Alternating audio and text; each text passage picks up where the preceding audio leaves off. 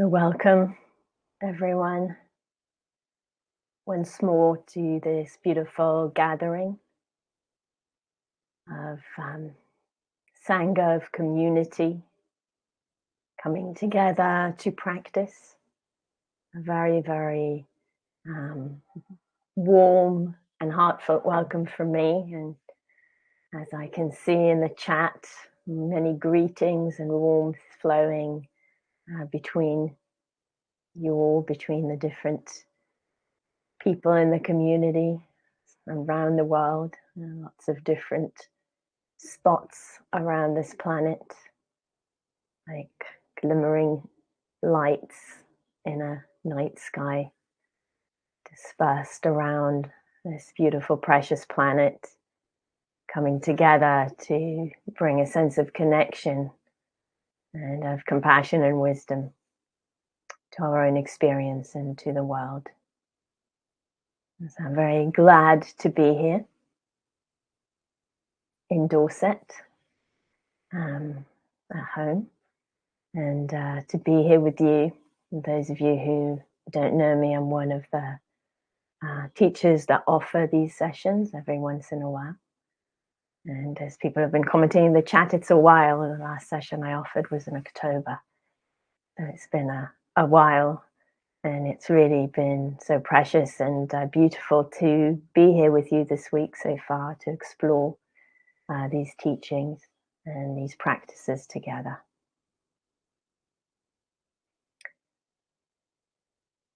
So this week, we've been exploring liberating care. We've been exploring kindness and compassion. And over the days so far, we've brought this attitude of kindness and care and appreciation towards our moment-to-moment experience in meditation. Excuse me. Still got a cold, as you can see. Definitely improving. So we've brought to these attitudes of kindness, of appreciation, of care towards our moment-to-moment experience in meditation. And then yesterday we were working with this sense of the nearest other, and kind of kindness and appreciation to the body.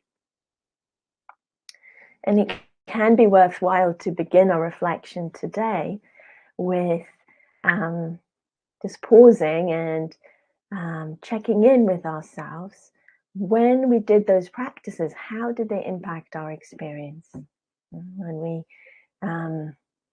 looked in this way, met our experience in these ways, how did that impact experience? That's one of the things we want to see, we want to understand. Someone was saying, I think it was yesterday, just that it feels like then the kind of habitual tension that we hold can relax when we meet the body, and soften when we meet the body in kindness. There may be a sense of nourishment. There may be more spaciousness, more ease in the being. Maybe it's kind of a groundedness that we open to, and we feel more sense of presence, of groundedness here. Yeah. Maybe tenderness, also something that opens up for us. So there can be different flavors of impact when we meet experience in skillful ways, and we're interested to see what that impact is. We can also perhaps see that when there's kindness, when there's appreciation, there's care prominent in how we're paying attention, with that softening, with that more space, with that sense of nourishment, there's also more flexibility and fluidity of the experience. So sometimes we speak about this, there's more possibilities of response. Just like, there's a wider perspective, there's a wider range of what becomes available to us, rather than just a limited tunnel vision type of engagement with experience. And yesterday we had a question right near the end. I had said that cultivating capacity to bring appreciation and kindness to the body became a form of resilience, in meeting the painful and the difficult, and also, particularly in forms of activism. And I answered it, but quite briefly. So I just want to kind of touch on it a little bit more, because it relates to seeing these impacts. And if what I say doesn't quite make sense to you, or it doesn't feel like a complete answer, that's really fine. Stay with that question, keep it alive, and explore for yourself. Sometimes, you need to stay, well, most of the time it's worth staying with questions for a while. And so how is, this attitude of kindness, appreciation, particularly to the body or to our own experience, how is that supporting resilience? The sense that we have a place of refuge, that's one place. So what happens to us, the opposite of resilience is being overwhelmed. And when there's resilience, often comes with, that sense of, there's a refuge. There's always somewhere that I can bring kindness to. Always somewhere that I can bring kindness or appreciation to. And when I do that, it's like, there's this space of kindness and appreciation, because that's what's in attention. But often it's helpful to have an object to bring these qualities towards, to bring the how of attention. We need a what. So the body, when we know how to do that, it's like a refuge in the midst of, perhaps activation or difficulty. That can be one way that this supports resilience. And another is, the more we practice bringing ways of relating, skillful ways of relating, like kindness, care, appreciation, compassion, to kind of simple things or immediate things, and then we gradually expand, develop that skill,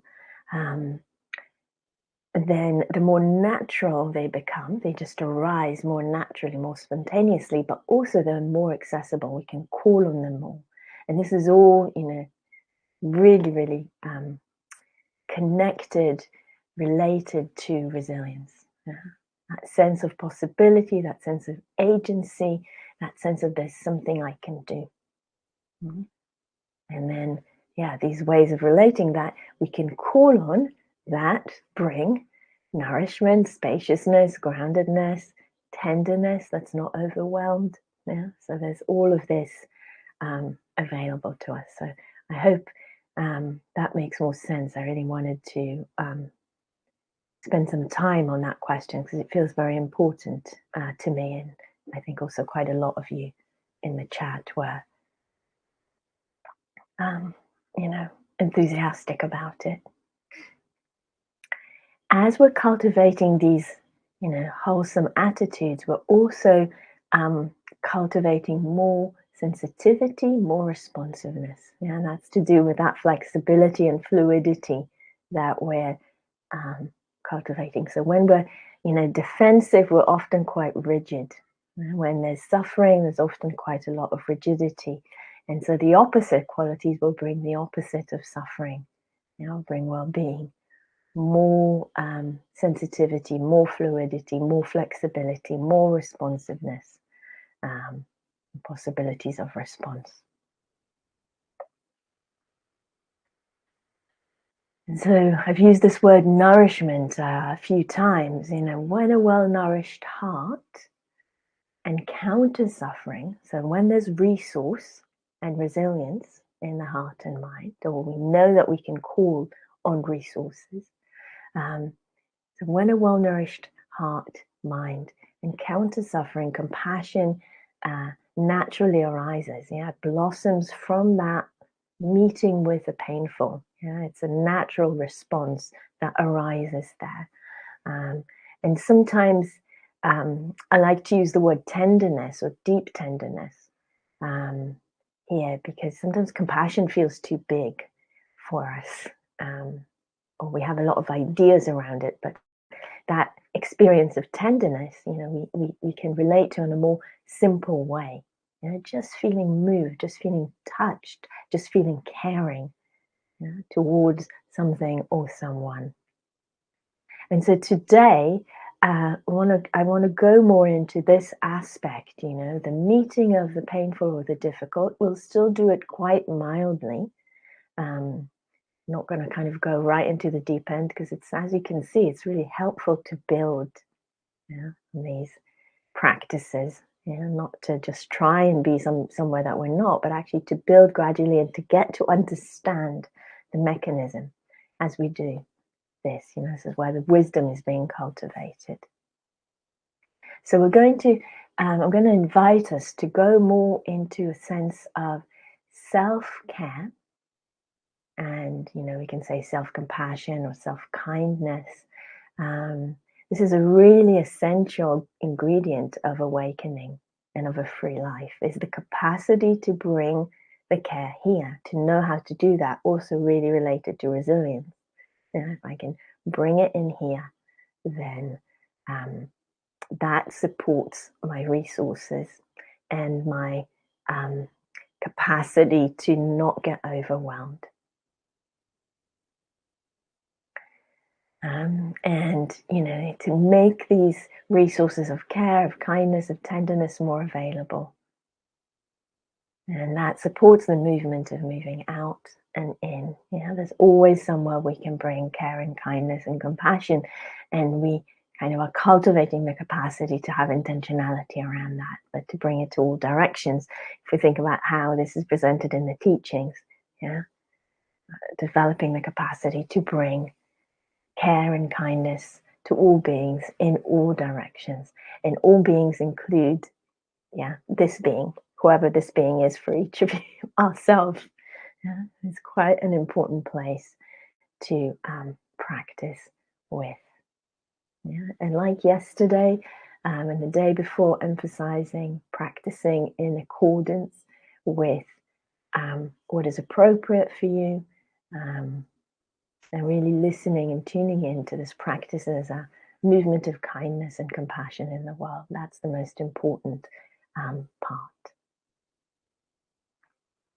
So let's practice together, taking time to find your posture if you're not already in it, and to make any adjustments that are needed to that posture.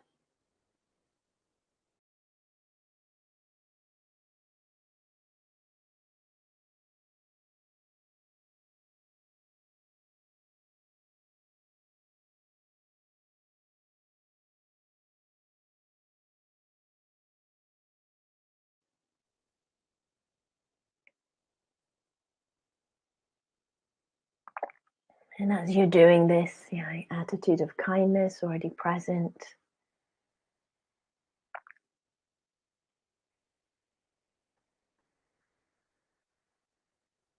Making any fine tunings, adjustments, so that the body is as stable,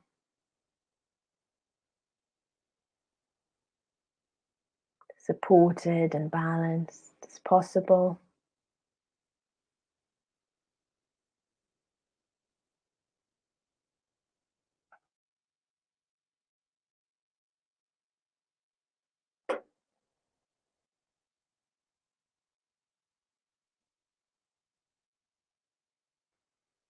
Perhaps we can already, just at this point, already tune into that intention of practice as an act of kindness and care in the world, towards oneself.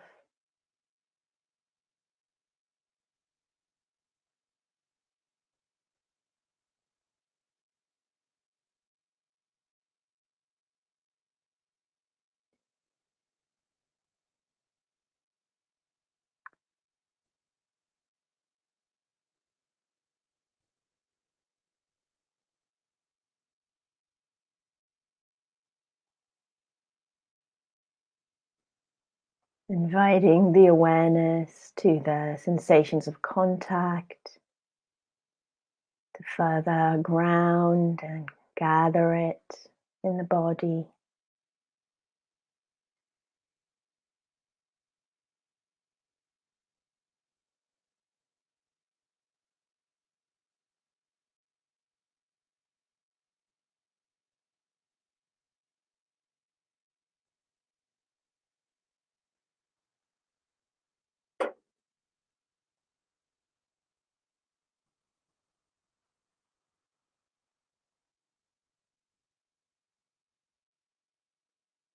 And then from that groundedness in the contact sensations, letting the awareness soften and open, expand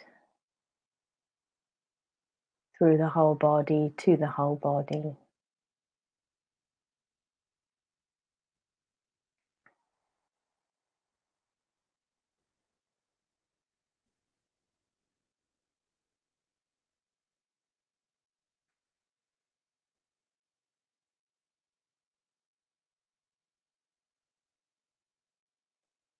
Feeling the whole body here. Presence through the whole body, sense of awareness slightly spread and including the whole body.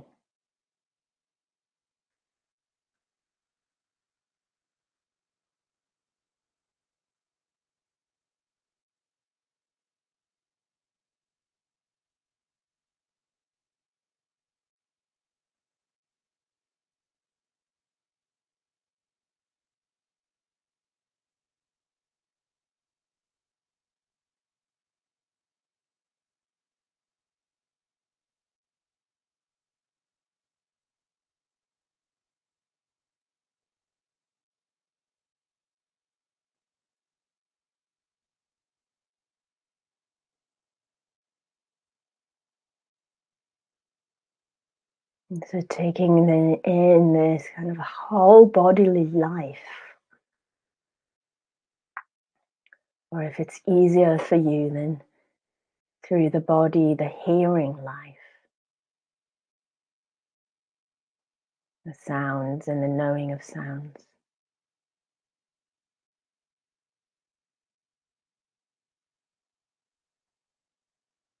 Taking in all the beauty and all the challenge of this human body,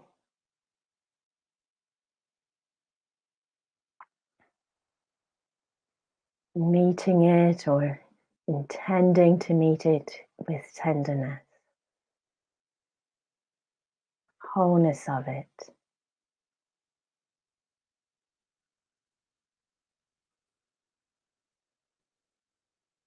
We can play with how we do this. We've been working with receiving experience in kindness and bringing appreciation. And we can play with how does it work for me to bring tenderness?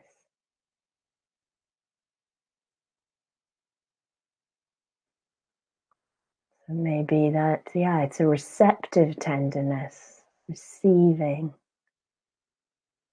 body life or the breath or the sounds, whatever we're working with in tenderness.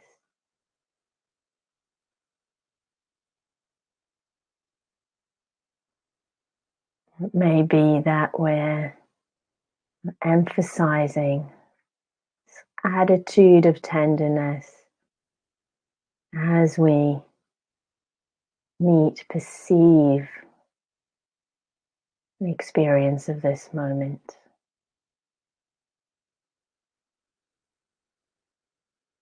Now holding it all in tenderness or bathing it with tenderness. Sometimes that felt sense of attention can be helpful, sense of bathing the whole body.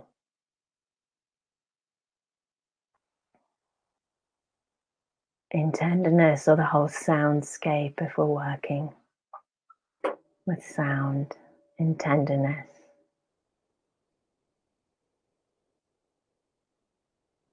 Or the breath itself, received in tenderness, but potentially also a movement of tenderness through the whole body.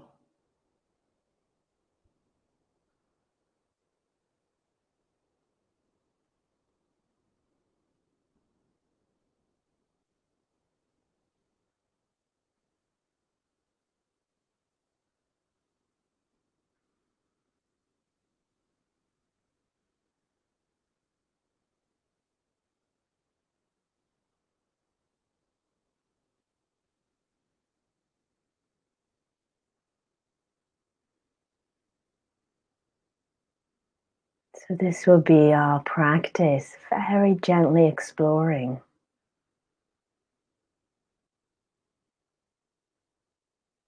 Meeting experience with tenderness and care.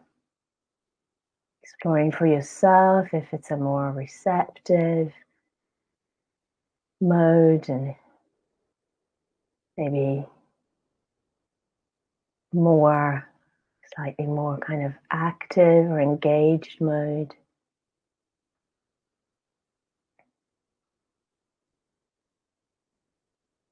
Maybe a bit of both.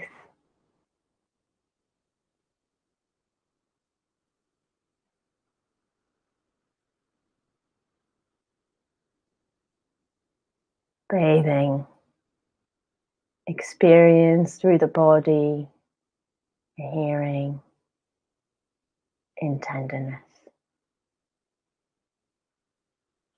Now let's explore this for a little while in silence.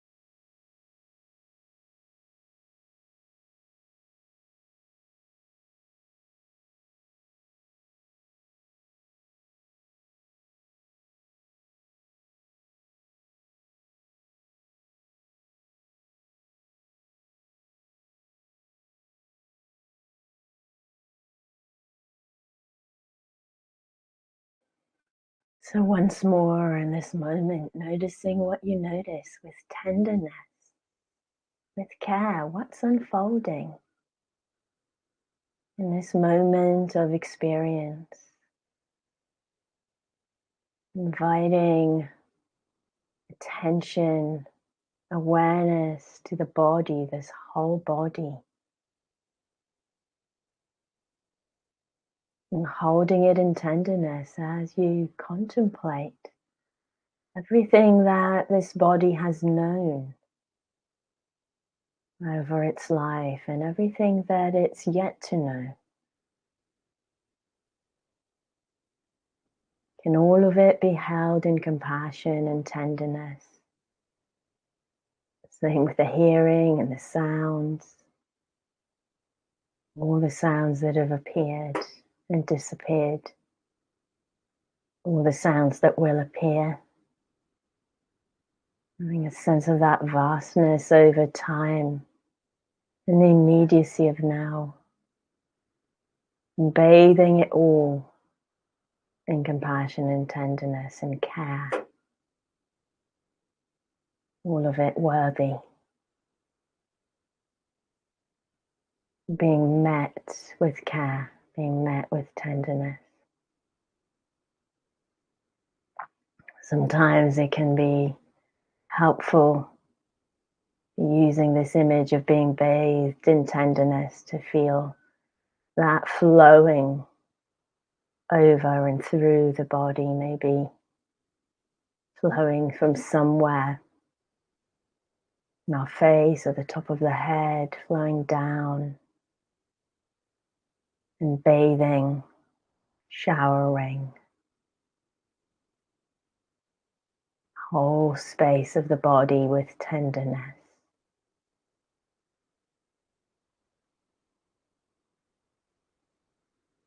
Or we may be supported by using phrases, like in metta practice for those who are familiar with it. So finding a phrase or phrases that can support you as the vehicle for this tenderness and this compassion.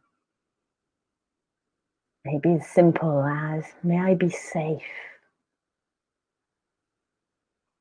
Or may the suffering ease, this suffering or this body's suffering. May it ease.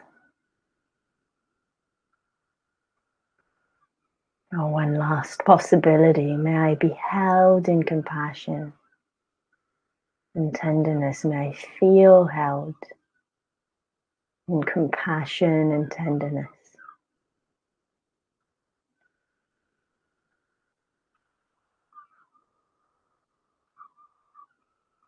So you might use several phrases or one phrase or none.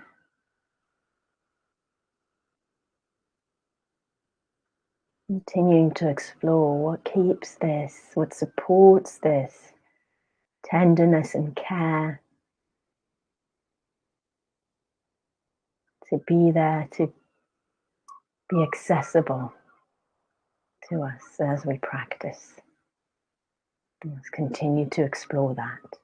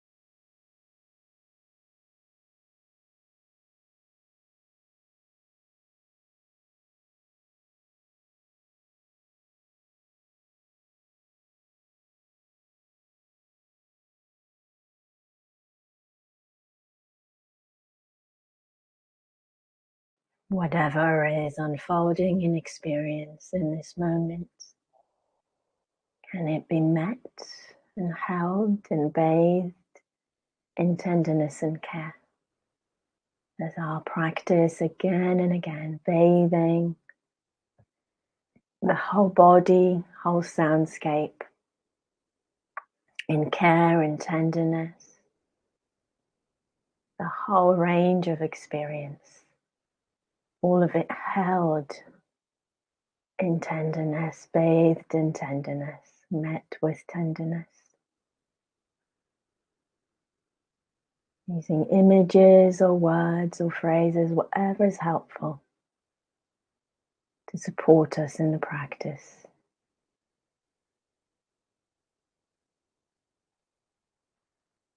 As we continue in this way,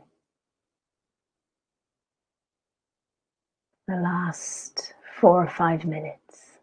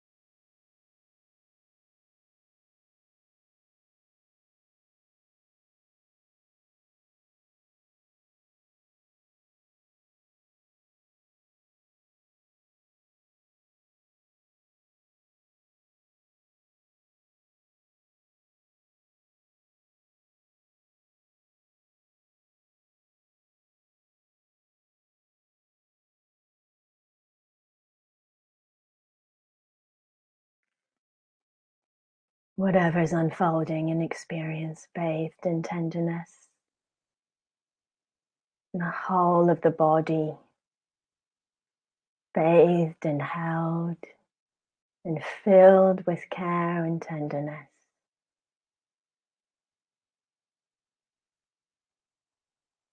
Opening to the whole space of the body filled with tenderness.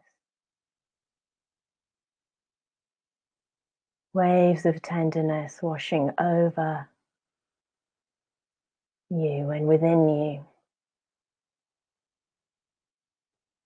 And then spreading out and radiating out.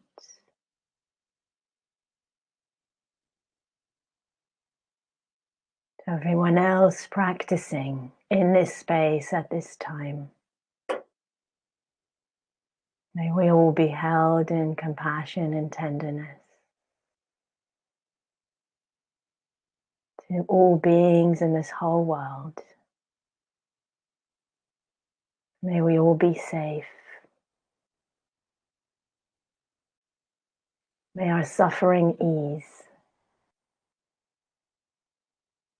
May we be held and feel held in compassion and tenderness.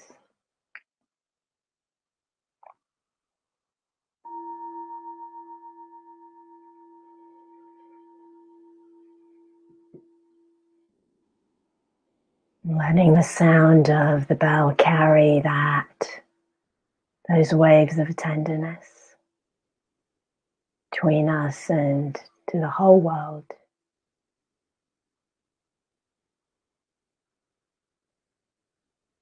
And taking your time as you transition. No rush to open the eyes, no rush to change the posture of the body.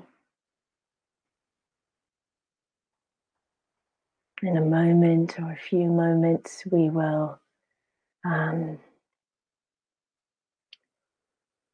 open to questions, and as always, if you can put your question in the chat with the word question at the beginning, ideally in capitals, that helps me locate them within the stream of care in the chat. But before that, just to say a few words about dana practice. This whole offering of Sangha Live, of these sessions, is an offering of care and tenderness for the world and for each of us within it. And so today, the invitation when we practice dana is to do so as an act of self-care. And recognizing being here is a movement of compassion towards ourselves, towards each other, and participating in the practice of dana in whatever way is possible for you. Yeah, maybe that you can't offer financial dana, but you're offering the dana of your presence. Seeing that as an act of self-care and of care for others. Feeling the beauty of that, feeling the well-being that comes with that. So I'm just putting the link to the donation page, and whatever you offer this week will be divided between Sangha Live for the costs, the running costs of offering these sessions, which are many, and myself for the teachings. So yeah, apologies for the croaky voice and any coughing that may happen. And let's see, I see there's already a question. It looks, Jackie, like your question is cut off in the middle. So let's see. A binary, if I treat practice as a resource of spaciousness and sweetness and then want to, I'm not sure where it's going. I can imagine there can be different avenues. But yeah, practice, I don't think we need to treat it in that way. I think we just see this capacity, this, part of what it does is a real resource, a refuge, a resource, a cultivation of resource and the beautiful and the noble in ourselves and through ourselves in the world. And then I don't know if the continuation of that question is that we then want to hold on to it, or that we then want to kind of touch the painful, and that feels difficult. I'm not sure, or maybe something else. So if you can add that in, Jackie, that would be really, really helpful. And there's a reflection from Penny there. I noticed a very scattered mind, unable to focus, then trying to bring compassion and realizing that the unresolved tension and agitation was here, allow me to hold it with more acceptance, even if it's unresolved, agitated form. Even in its unresolved, agitated form, I felt myself settle a little. Yeah, beautiful. So it's less about the experience needs to be like this or like that, and more about how am I meeting it, and what does that allow? What does that open? What does that open? Which is, really, really skillful onward leading question, and seeing, it's possible to meet unresolved, agitated mind, with a sense of compassion and tenderness, and that being the primary thing. What happens, is less important, but we see that when we hold it in that way, it settles even a little bit. And what we can also see in our experience, that a slightly more settled mind is a huge upgrade. And so also there's well-being that's available here with a slightly more settled mind. So very, very beautiful to see that and to reflect on that. So yeah, and just seeing that even with an unsettled mind, there's the possibility, for a lot of discernment and to actually see all of this, So we think, the mind's unsettled and scattered, but actually it's got this capacity to really see in detail and in subtlety what's happening within experience. Just to kind of also point that out. I'm hoping, Jackie, still to have the rest of your question. And there's a few other reflections there from Lucy. Feeling a sense of blessedness by the heart mind's receptivity to the medicine of birdsong. Welcoming in the light. So it's a beautiful image, and just being able to open to that and feeling the healing. So it's another form of compassion, of tuning into the birdsong in a way that is like medicine to the heart and mind. And another beautiful reflection from Laura. I went through the history of all the operations that my body's undergone at one moment, and brought tenderness to all of them. Beautiful, that capacity, and everything that the body's known, and then just holding that in tenderness. And of course, as Laura's beautiful exploring, of course, doesn't need to be everything. It can be one aspect, many operations, or, just whatever comes into awareness of what it's gone through. And just holding that in tenderness, meeting that in tenderness, and that is, wow, really, really wow, really moving and heart opening, and again, resourcing, interestingly, right? Resourcing, it's really interesting. I found it so helpful, your invitation to hold a question in mind rather than succumb to the urgency to resolve it, to familiar wanting to know where to go next over all sorts of things. Beautiful. Lizzie, thank you. And it's, seeing these tendencies that we have, to and it comes from a good place, the wanting resolution, the wanting to understand, the wanting to get some ground, but actually the capacity to hold a question in tenderness, and to have patience, and to watch the unfolding, the delicacy of the unfolding, and seeing that capacity not to get swept up in the pattern, and the well-being that that brings. And of course, you know, that pattern has got a lot of use many times, but this particular, you know, but not always, like any pattern, not always helpful. Okay. Yeah, thanks, Jackie. The beauty of practice and then the need to witness pain of what is going on in Gaza feels like binary in a sense of jumping from one to the other. Yeah, thanks for that, Jackie. So interestingly enough, this kind of practice is what I've been doing for the last few months. And you know, what's happening in Gaza, in the West Bank, in Israel is all very close to me, as many of you know. Even though I feel like it's close for many of us, meaning touching us deeply. And what I would suggest is maybe not moving quickly between the two, but more having a sense of the expansion. And so that sense of tenderness and feeling the resource of that, and then opening that tenderness to the suffering in the world, and it can be specifically the suffering in Gaza. And kind of not from necessarily a need, you know, to witness the pain, but I would reframe that in a way that works for you, of the choice. You know, you're choosing to do that because it matters to you. Yeah. And can we do that in a way that is still within the realm of wholesome?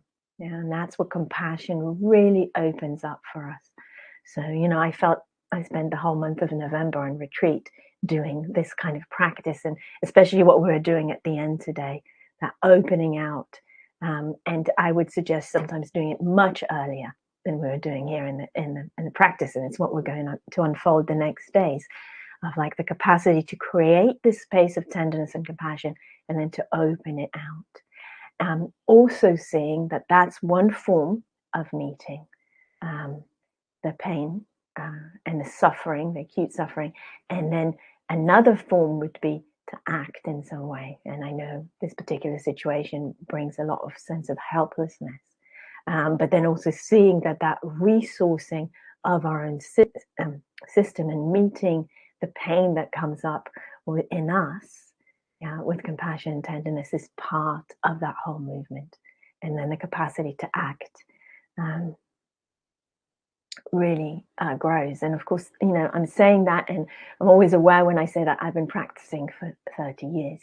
So it's like, and this has always been the direction of my practice, was, you know, how to engage with the suffering in the world. That's what my practice is. It's not only about practicing with myself.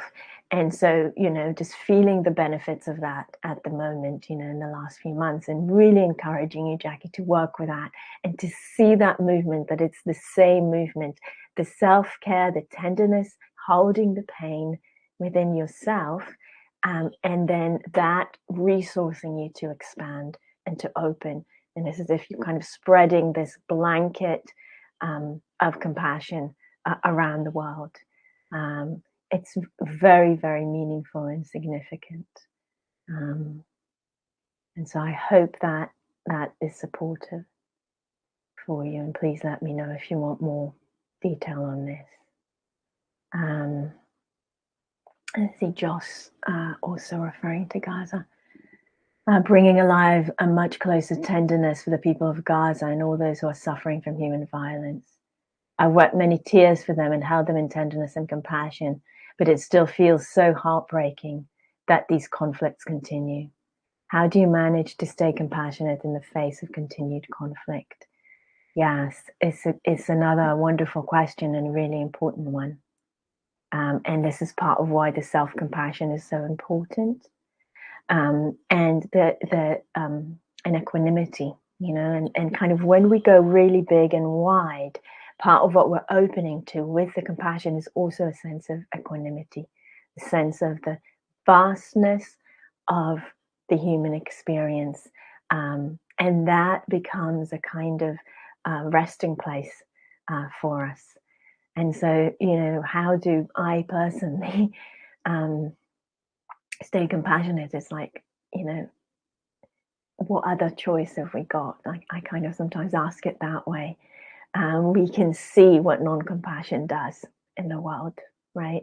We're seeing it really clearly in various situations, but particularly in Gaza. We can see what non-compassion looks like. We can see what dehumanization looks like.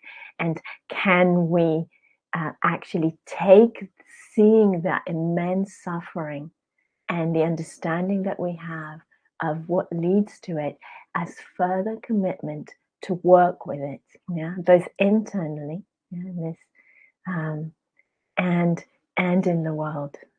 Just to say, all these little things, seemingly little things that we're doing, they have an impact. I have friends in Palestine, both in the West Bank and friends of friends in Gaza, and the reports of just the sense of people protesting, people donating, that does make a difference. Yeah. I can see, I know there's quite a few reflections, but just seeing what Jackie wrote there. My body is the body of Gaza, and tenderness for my body is tenderness for the children of Gaza. We're not separate. Absolutely. And feeling that. Again, I mentioned being on retreat in November at Gaia House, and I was actually, my practice was bringing all the people of Gaza to that safety of Gaia House, and really kind of having that sense of that support, and they're all here. Like just bringing them to a place of safety and nourishment that I was experiencing, and this sense of, yes, we're not separate, and what you're feeling is connection and care and tenderness, and holding all of that with compassion. And just to go back to Joss, I think just keeping that question alive, holding it all with tenderness. If we get overwhelmed or if we shut down, that's not what we want to be doing. And so, of course we will some of the time, and we can bring forgiveness to that, but we keep working with this body, heart, and mind, and we keep expanding, keep doing those two movements, or seeing how, they're actually the same thing, like Jackie was saying. And we keep working for peace, and we keep working for non-hatred, and we keep working for justice on the multiple levels that are available for us, and letting that commitment strengthen us. I'm aware there's still a few more reflections and questions, and I will stay and respond to them for another 3 or 4 minutes, but also we're at our time. So if you need to leave, thank you so much for being here, for your practice, for the beautiful questions and reflections that we've had here. And I'm really looking forward to sharing more space of practice and inquiry with you tomorrow. Go well, everyone. So, from Caroline, when you mentioned a warm bath flowing down the body, it reminded me of the Christian notice of grace and water flowing and being born again in baptism, which was very helpful for me. Beautiful. And using images, using contexts that are helpful for us. Sometimes, they can come up from various backgrounds. Use them. Use what touches us. Use what works for you. To get in touch with this and to support these qualities in the world. And there's another reflection. Holding my experience with tenderness, I realized how critical and striving I've been towards myself, particularly in relation to my caring responsibilities. I held my experience in the warm glow of the color orange, and the phrases helped to hold myself in compassion and tenderness. Again, beautiful. Appropriateness, a color, a felt sense. The phrases as reminders can be really helpful. We want to use what can help us. And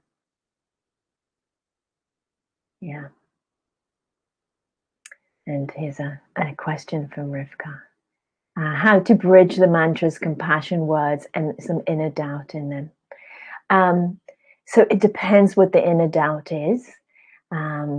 But I would say one way would be to find words that where there's less doubt, Because maybe that particular words bring a sense of doubt, and maybe we can find words that have less doubt, and maybe it's actually the images or the felt sense which will be more helpful.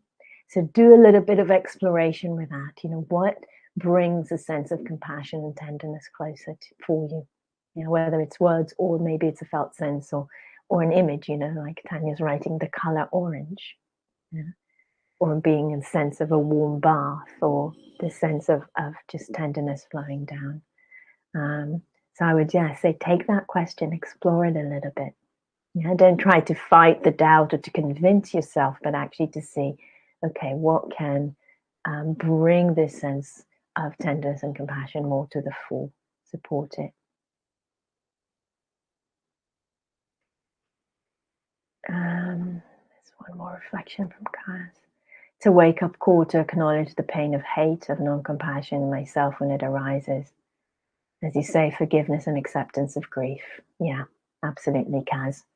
And, we see our humanity, and when we include all aspects of our own humanity and still have that choice of what we feed, yeah, and what we nourish, then we're doing the work of transformation. And we're doing it on behalf of everyone, not just of ourselves. Yeah. Thank you, everyone. Really beautiful to share this time with you, and just thank you for the honesty and the dedication of your practice and your explorations. Okay, I see there's a question from Megan. Which organization do you recommend we donate for Gaza? We actually have one on our website, but it's a very particular link. So I will bring the link tomorrow. I haven't got it on me now to just immediately put in the chat, but I will bring it tomorrow. Thank you for that, Megan. I hope that you will be here and that you're still hearing my response to that important question. And I will bring it tomorrow and post it in the chat, because we have a connection to a small organization that's getting funds into Gaza. Otherwise, I would say Medical Aid for Palestine, Médecins Sans Frontières, Doctors Without Borders, and those are the primary ones. But if you have patience, then I'll put a link tomorrow. Go well, everyone, and take care of your hearts, and take care of the world through that and beyond that. And I'll see you tomorrow.